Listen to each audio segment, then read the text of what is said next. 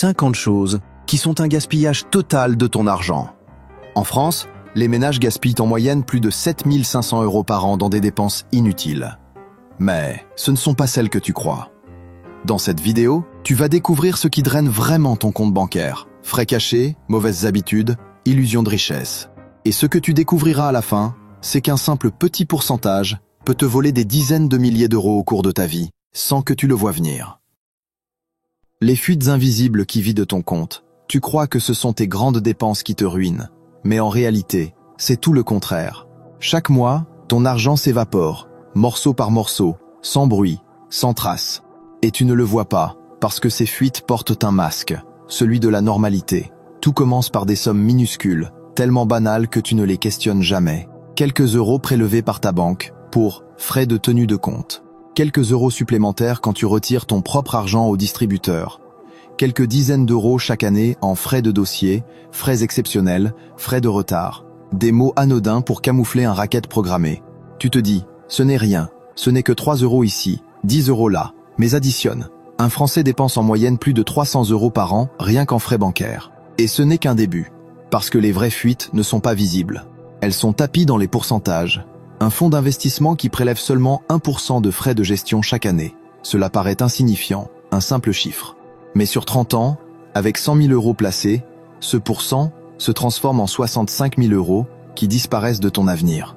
65 000 € que tu ne verras jamais. 65 000 € que tu croyais travailler pour toi, mais qui nourrissent en silence le système. Chaque prélèvement est comme une piqûre invisible. Tu ne saignes pas d'un coup. Tu es vidé lentement. 1% ici, 3 euros là, 10 euros ailleurs. Tu n'as jamais l'impression de perdre. Mais année après année, ce sont des milliers d'euros qui s'évaporent. Et le piège est pervers. Parce que ces fuites frappent toujours les mêmes, ceux qui ont le moins. Les riches négocient, optimisent, déduisent. Toi, tu payes plein pot. Être pauvre, c'est payer plus cher. C'est se voir infliger des frais pour le simple fait de ne pas avoir assez. Tu crois posséder ton argent. Mais chaque ligne de ton relevé de compte prouve l'inverse. Et si tu penses que ce ne sont que quelques frais techniques, détrompe-toi. Ces fuites invisibles sont en réalité la preuve d'un système conçu pour saigner les plus vulnérables. Et maintenant, tu vas comprendre pourquoi ce mécanisme n'est pas un accident, mais une logique froide, programmée pour que chaque euro que tu crois gagner soit déjà perdu. Si tout cela n'était qu'une histoire de dépenses, pourquoi as-tu alors la sensation d'être épuisé financièrement avant même d'avoir commencé le mois? Pourquoi ton argent semble-t-il décider à te quitter, comme s'il avait déjà choisi sa destination, alors que tu n'as encore rien acheté? Et depuis quand un simple petit pourcentage a-t-il le pouvoir d'effacer en silence des années de travail? La vérité, c'est que tu ne perds pas ton argent dans un grand fracas, tu le perds par une pédagogie de l'habitude. On t'a appris à respecter les prélèvements automatiques comme on respecte un horaire de train. 3 euros de tenue de compte, 2 euros au distributeur, une dizaine d'euros de retard, 1% de frais quelque part, puis encore 1% ailleurs. Ces montants paraissent petits, donc ton cerveau les classe dans la catégorie des choses qui ne valent pas une bataille. Sauf que ces centimes ont une stratégie que tu n'as pas. Ils s'additionnent, se capitalisent, et finissent par te prendre la seule chose que tu ne rattraperas jamais, le temps. 1% prélevé chaque année n'est pas une petite politesse, c'est un contrat à long terme que tu signes sans le lire. Et au bout de 30 ans, il a siphonné l'équivalent de dizaines de milliers d'euros que tu croyais t'appartenir. C'est l'intérêt composé, mais inversé. Au lieu de travailler pour toi, il travaille contre toi. Et comme la machine est polie, codifiée, estampillée par des institutions respectables, tu finis par croire que c'est normal. Tu ne vois plus un prélèvement, tu vois l'ordre du monde. Alors tu t'organises autour de ces pertes, comme on s'organise autour d'une fuite d'eau que l'on ne répare jamais. Tu réduis tes projets, tu déplaces tes rêves, tu t'excuses d'exister à chaque fin de mois. Plus tu laisses passer de petits montants, plus tu t'habitues à les tolérer. Plus tu t'habitues, plus tu t'en veux de ne pas mieux gérer. Plus tu t'en veux, plus tu évites d'ouvrir le relevé qui te parle comme un miroir. Et pendant ce temps, les mêmes mécanismes continuent leur travail discret. 3 euros deviennent des centaines d'euros par an. 1% devient des dizaines de milliers d'euros sur une vie. Ce n'est pas seulement ton compte qui se vide, c'est ta capacité à décider qui se rétrécit. Tu n'achètes pas seulement des services, tu finances la version de toi qui renonce avant d'essayer. Si tu sens que ce programme s'est inscrit en toi, alors il est temps de rendre la fuite visible. À partir de maintenant, nous allons poser la lampe sur chaque saignée, poste par poste, pour que tu vois enfin où partent tes euros et comment reprendre le contrôle dès maintenant. Tu vas découvrir la carte précise des voleurs silencieux, et les gestes exacts qui les neutralisent, un à un. Le véritable ennemi, ce ne sont pas seulement ces petits frais que tu vois passer sur ton relevé. Le vrai piège, c'est la mécanique entière qu'ils construisent autour de toi. Une habitude de tolérance, une acceptation progressive du vol légalisé. Tu finis par croire que 3 €, ce n'est rien, que 10 € de retard, ce n'est pas grave, que 1% de frais de gestion, c'est le prix à payer pour faire travailler ton argent. En réalité, chacun de ces montants est un rappel brutal. Ton argent n'est pas à toi. Regarde ton quotidien. Tu ouvres ton compte et tu vois défiler des lignes. Frais de tenue de compte, frais de retrait, frais exceptionnels. Rien de spectaculaire, juste des chiffres qui se répètent. Mais chaque fois que tu acceptes sans broncher, tu envoies un message « Je tolère qu'on me prenne ». Et le système se nourrit de cette tolérance. Un virement en retard, 10 € envolés. Un découvert de quelques jours, 30 € de plus. Une carte de crédit mal réglée, des centaines d'euros d'intérêt dans l'année.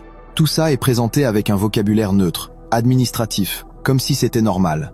Mais en réalité, c'est une taxe sur ta vulnérabilité. Plus tu as peu de marge, plus tu payes cher. Un ménage modeste se retrouve à perdre plusieurs centaines d'euros par an uniquement à cause de ces fuites invisibles. Et sur 30 ans, ce sont des dizaines de milliers d'euros qui auraient pu être investis, utilisés, transformés en liberté, mais qui se sont évaporés dans les caisses d'un système qui n'a pas besoin de ton autorisation pour se servir. 3 € par mois, 10 € par retard, 30 € par découvert, 1% de frais sur tes placements. Ce ne sont pas des chiffres isolés, c'est une addition programmée. 3 € deviennent 36 € en un an. 10 € deviennent 120 € en un an. 30 € deviennent 360 € en un an. Et le pourcent que tu négliges se transforme en 65 000 € perdus sur une vie d'investissement. À chaque étape, tu crois que ce n'est pas grave. Tu crois que ce n'est qu'un détail. Mais ces détails sont la raison pour laquelle tu n'arrives jamais à avancer. Tu ne perds pas ton argent en une seule grande erreur. Tu le perds en 1000 petites trahisons quotidiennes. Et si tu penses encore que ces montants sont trop faibles pour changer ta vie, détrompe-toi. Car ce n'est pas la taille de chaque perte qui compte, c'est la répétition. Maintenant, tu vas découvrir comment transformer cette répétition en ton avantage. Comment inverser la mécanique et faire en sorte que chaque euro travaille enfin pour toi, au lieu de s'évaporer dans des poches qui ne sont pas les tiennes. On t'a toujours répété que pour améliorer ta situation financière, il fallait gagner plus. Mais la vérité, c'est que tu n'as pas besoin de plus d'argent. Tu as besoin d'arrêter l'hémorragie invisible. La première victoire ne se joue pas dans tes revenus, mais dans la façon dont tu refuses désormais que chaque petit frais, chaque pourcent, chaque prélèvement vienne dicter ta vie. Imagine un matin où, pour la première fois, tu changes la règle du jeu. Jusqu'ici, tu avais accepté que ton compte soit le terrain de jeu des banques.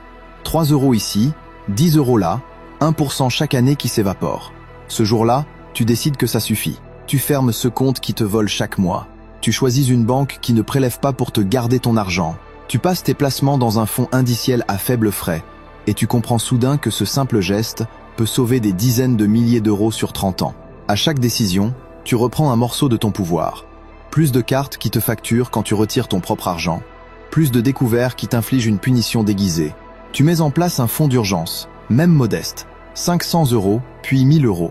Ce n'est pas seulement de la sécurité, c'est une respiration. La prochaine fois qu'un imprévu arrive, tu ne payes pas une pénalité, tu payes avec ton propre argent. Et cette différence, tu la ressens jusque dans ton souffle. Tu installes de nouveaux rituels. Vérifier ton relevé, non plus avec peur, mais avec la fierté de voir qu'aucune ligne parasite ne se cache dedans. Traquer chaque pourcent, chaque euro qui s'évaporait. Transformer la vigilance en habitude, l'habitude en discipline, la discipline en liberté.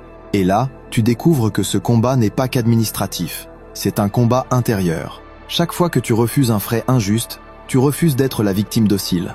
Chaque fois que tu optimises, tu brises une chaîne que tu avais laissée attachée trop longtemps. Mais ce n'est pas facile. Le système reviendra. La banque te dira « mais ce n'est que 3 €. Le conseiller insistera « c'est normal, tout le monde paye ça ». Tu sentiras la tentation de céder, parce que céder, c'est confortable. Mais céder, c'est continuer de financer ta propre prison. Alors tu tiens, tu dis non. Et ce non devient une déclaration. Tu n'acceptes plus qu'on te vole, même poliment. Tu choisis que chaque euro travaille pour toi, pas contre toi.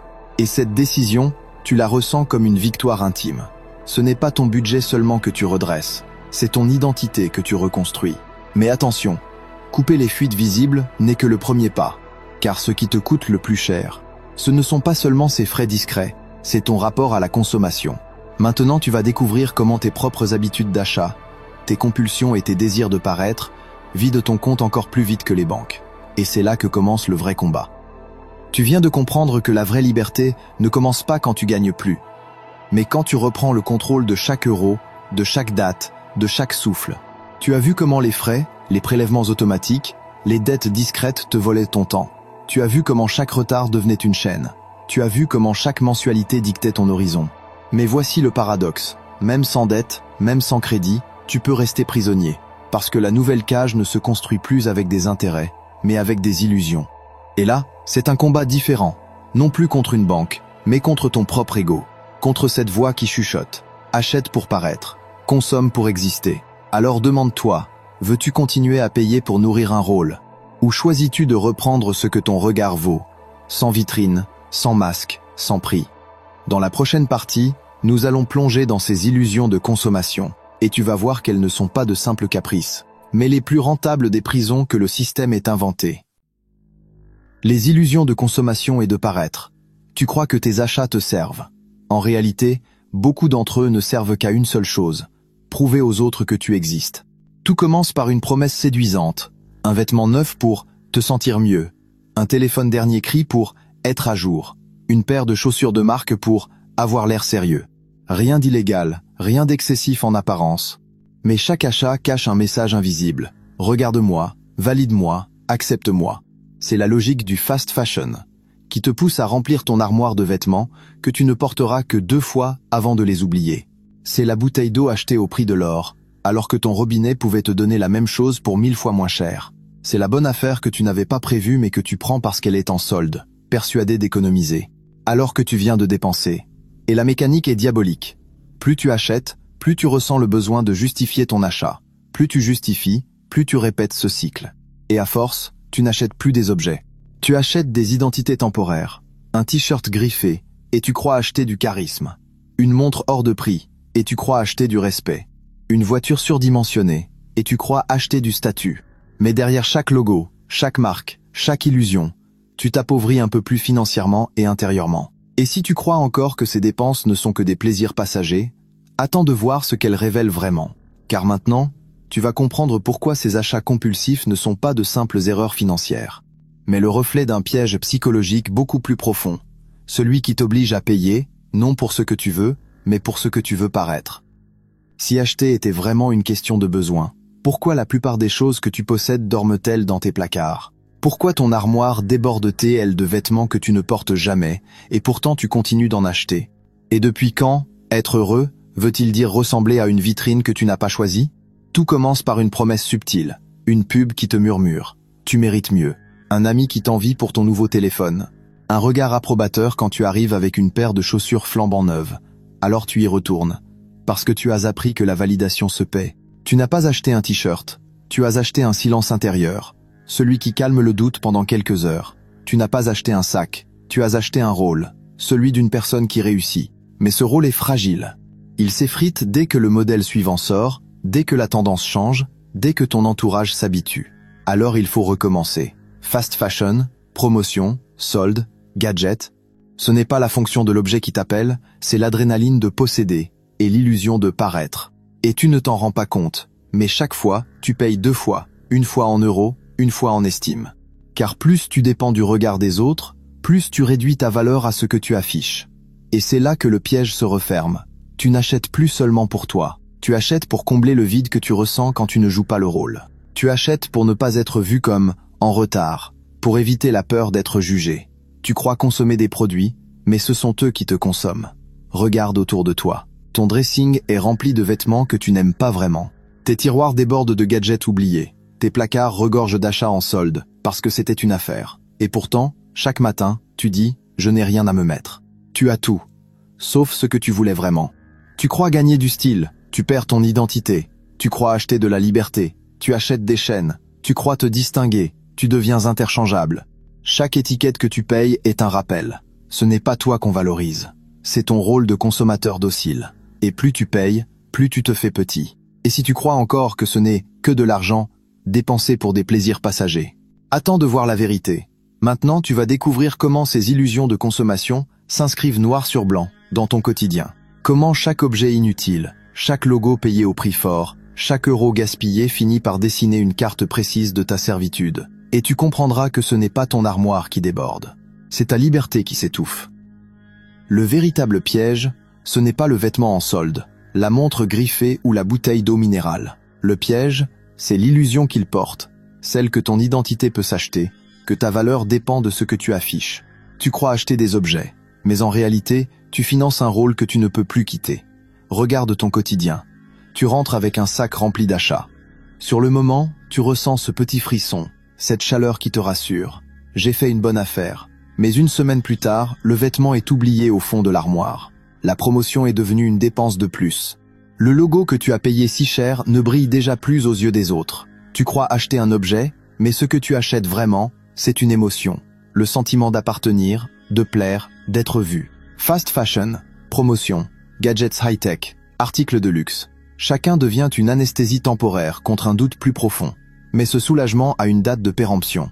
Alors tu recommences. Tu remplis tes placards, tes tiroirs, ta maison, et tu continues de ressentir le même vide. Un t-shirt acheté parce qu'il était à moitié prix. Un téléphone changé, parce que tout le monde a le nouveau. Une paire de chaussures achetées pour une soirée et jamais remise. Un abonnement qui traîne parce que tu n'oses pas l'annuler. Pris isolément, ce n'est rien. Mais additionnés, ces gestes forment une spirale. Ton armoire déborde, mais tu n'as rien à te mettre. Tes placards sont pleins, mais tu commandes encore à manger.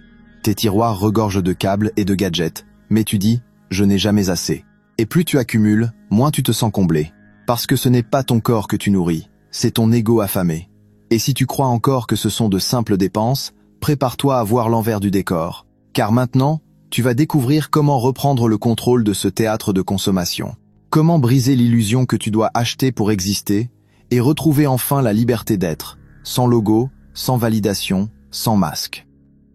La sortie ne consiste pas à ne plus jamais rien acheter. La vraie sortie, c'est d'arracher tes achats au regard des autres. Tu n'achètes plus pour être vu, tu achètes pour être libre. À partir d'aujourd'hui, chaque euro devient un vote, soit pour ton ego, soit pour ta liberté.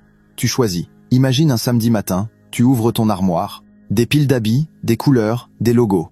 Et pourtant tu souffles. Je n'ai rien à me mettre.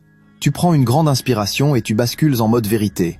Tu poses tout sur le lit. Tu gardes ce que tu aimes vraiment, ce que tu portes vraiment. Le reste, tu le donnes. En 1 heure, tu viens de démanteler une partie de l'illusion. Tu n'as pas perdu du style. Tu as récupéré de la clarté. L'après-midi, tu t'attaques au piège émotionnel.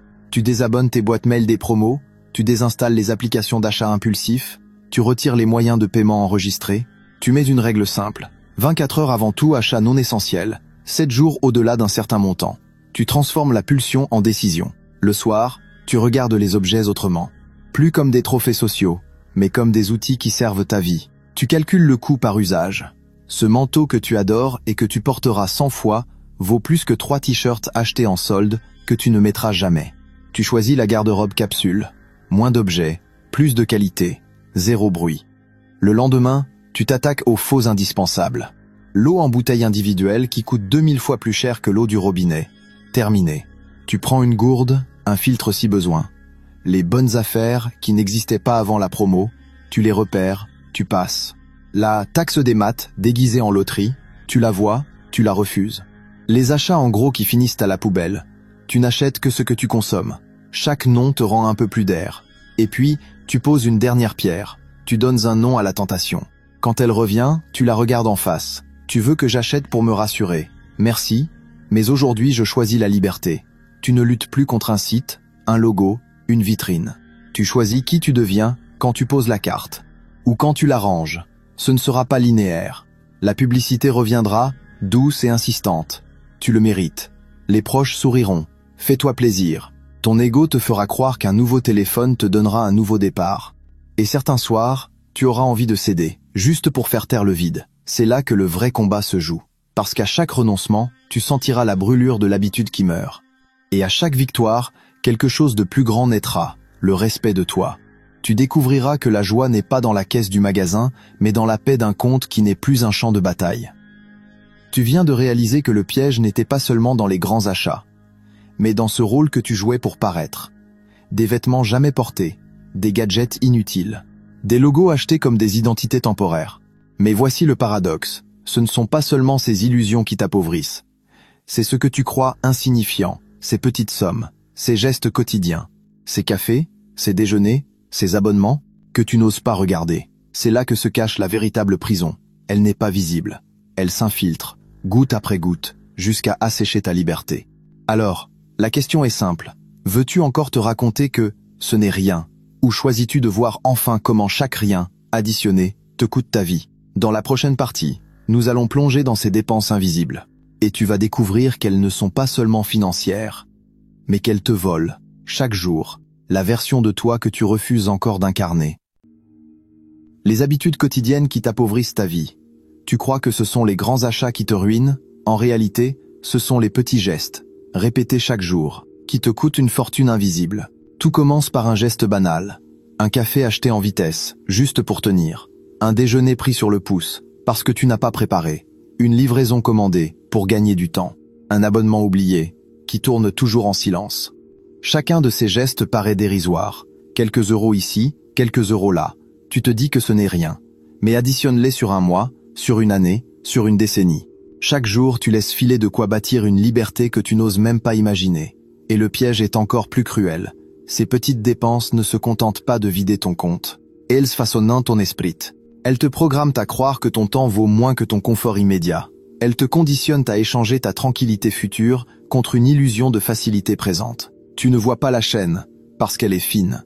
Elle ne grince pas, elle s'installe doucement, au rythme de ton quotidien. Et sans que tu t'en rendes compte, elle décide déjà de la vie que tu n'auras pas. Et si tu crois encore que ces gestes sont insignifiants, attends de voir pourquoi ils ne sont pas seulement des dépenses.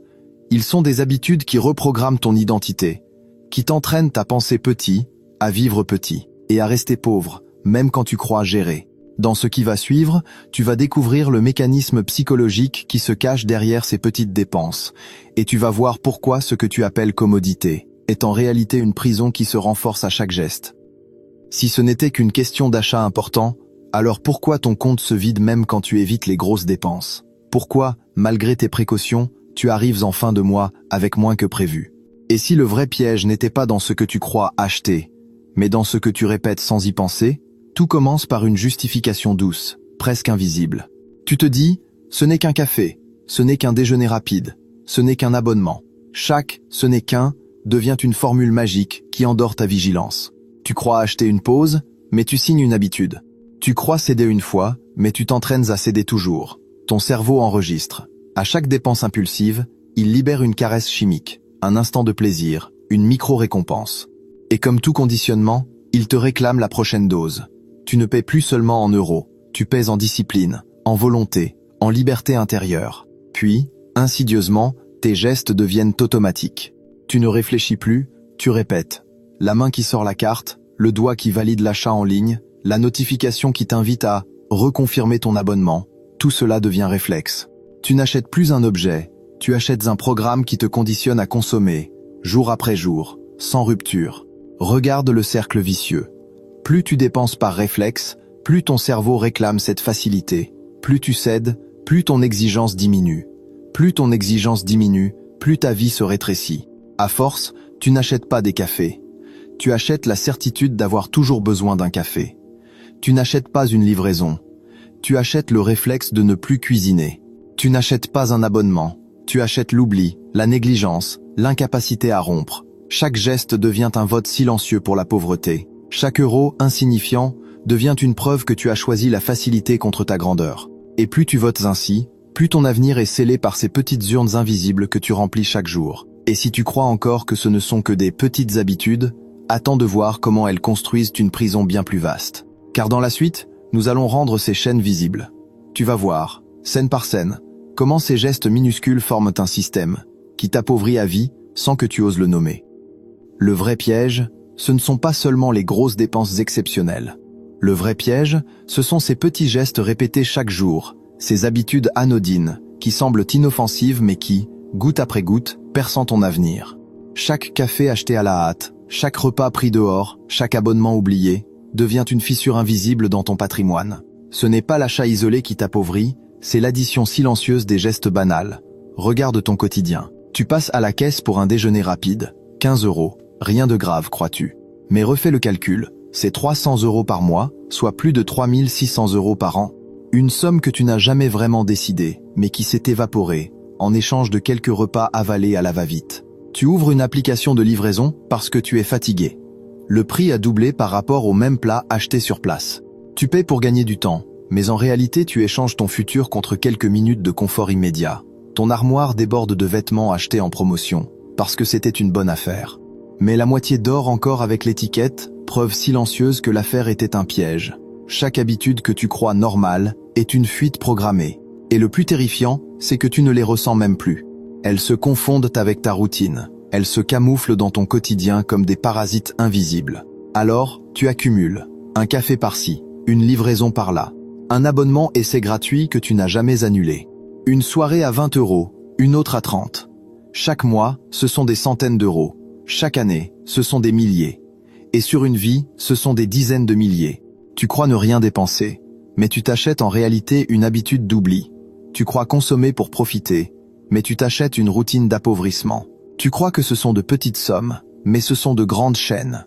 Parce qu'à force, ce ne sont plus des dépenses, ce sont des réflexes. Ce ne sont plus des choix, ce sont des automatismes. Et plus tu les laisses s'installer, plus ils se transforment en identité. Et si tu crois encore que ces gestes ne sont que de petits plaisirs, attends de voir comment ils deviennent des rituels destructeurs. Parce que juste après, tu vas découvrir comment ces habitudes se programment en toi, comment elles sculptent ton esprit et t'attachent à une vie plus petite que celle que tu mérites. On t'a toujours appris à craindre les grosses erreurs financières, le mauvais crédit, la mauvaise affaire, l'investissement raté. Mais la vérité, c'est rarement un seul coup de massue qui t'appauvrit à vie. C'est une pluie fine, discrète, qui tombe chaque jour sur ton compte bancaire. Ce ne sont pas des catastrophes, mais des habitudes. Des gestes que tu répètes sans les voir, qui semblent anodins, et qui, additionnés, construisent ta prison invisible. Regarde tes journées. Tu commences par sortir 2,50 € pour un café en chemin, presque sans réfléchir. Tu ajoutes un croissant par habitude, pas par faim. À midi, faute d'avoir anticipé, tu commandes un repas livré à 15 €. Le soir, épuisé, tu passes un coup de fil au restaurant du coin. Encore 20 € qui s'envolent. Tu dis, ce n'est rien, juste aujourd'hui. Mais ce juste aujourd'hui se répète 365 fois par an. Puis viennent les abonnements. 10 € pour une plateforme que tu n'ouvres jamais. 15 € pour une appli de sport que tu n'utilises pas. 5 € pour un service que tu avais promis d'annuler mais que tu laisses tourner. Chacun de ces prélèvements est une petite fuite. Individuellement, tu ne les vois pas. Collectivement, ils te transforment en passoire. Et ce n'est pas seulement ton argent que tu gaspilles, c'est ton énergie mentale. Chaque dépense automatique reprogramme ton cerveau. Tu n'achètes plus pour répondre à un besoin, tu achètes pour combler un vide. Tu ne finances pas ton avenir, tu finances ta fatigue. Et à chaque fois que tu choisis la facilité d'un clic, tu perds un peu plus l'habitude de différer la récompense. Tu t'entraînes à vivre dans l'instant, mais au prix de ton futur. Tu crois que tu t'offres un confort. En réalité, tu paies ton incapacité à supporter l'inconfort. Et c'est cela, la vraie facture. Tu ne perds pas seulement des euros, tu perds ta force intérieure. Imagine cette boucle. Chaque euro dépensé pour rien devient une graine de dépendance. Chaque habitude devient une chaîne supplémentaire. Tu n'achètes pas seulement un café, tu achètes l'incapacité de commencer ta journée sans lui. Tu n'achètes pas seulement un repas livré, tu achètes la dépendance à un service extérieur pour nourrir ton corps. Tu n'achètes pas seulement un abonnement inutile, tu achètes l'illusion de progrès sans effort. Et plus tu multiplies ces gestes, plus tu fragilises ta liberté. Car ce qui commence comme un petit confort devient une obligation. Tu te dis, ce n'est rien, je peux arrêter quand je veux. Mais arrête un seul de ces gestes, et tu ressens un manque. Tu n'achètes plus un objet, tu achètes une dose d'oubli, une dose de distraction, une dose de respiration artificielle. Pendant ce temps, les années passent. Et ce n'est pas le gros achat qui t'aura ruiné. C'est la somme de ces petites transactions invisibles, comme des milliers de piqûres d'épingle. Tu te réveilles un jour avec 10, 15, 20 ans derrière toi. Un compte bancaire vidé par des miettes, un esprit habitué à céder au moindre inconfort, et surtout une vie construite non pas par tes choix, mais par tes habitudes. Et c'est là que le piège devient le plus cruel, parce que tu crois encore que ces petites habitudes ne concernent que ton argent, mais elles vont bien au-delà, elles conditionnent ton esprit. Elles t'apprennent à rester esclave du court terme, à troquer ton avenir contre une minute de soulagement, elles programment ton identité. Alors pose-toi cette question, pourquoi certains, avec moins d'intelligence, moins d'opportunités que toi, parviennent à s'élever et à accumuler une richesse durable, alors que toi, Tu stagnes malgré tous tes efforts? Dans la vidéo qui va s'afficher à l'écran, je vais te révéler ce que j'ai découvert après avoir étudié les millionnaires pendant plus de 10 000 heures. Tu comprendras pourquoi 95% des gens échouent et ce que font les 5% qui réussissent, non pas par hasard, mais par discipline. Et si tu rates cette vérité, tu continueras à payer un prix bien plus élevé que tes factures, celui de ta liberté. Clique maintenant pour découvrir la suite.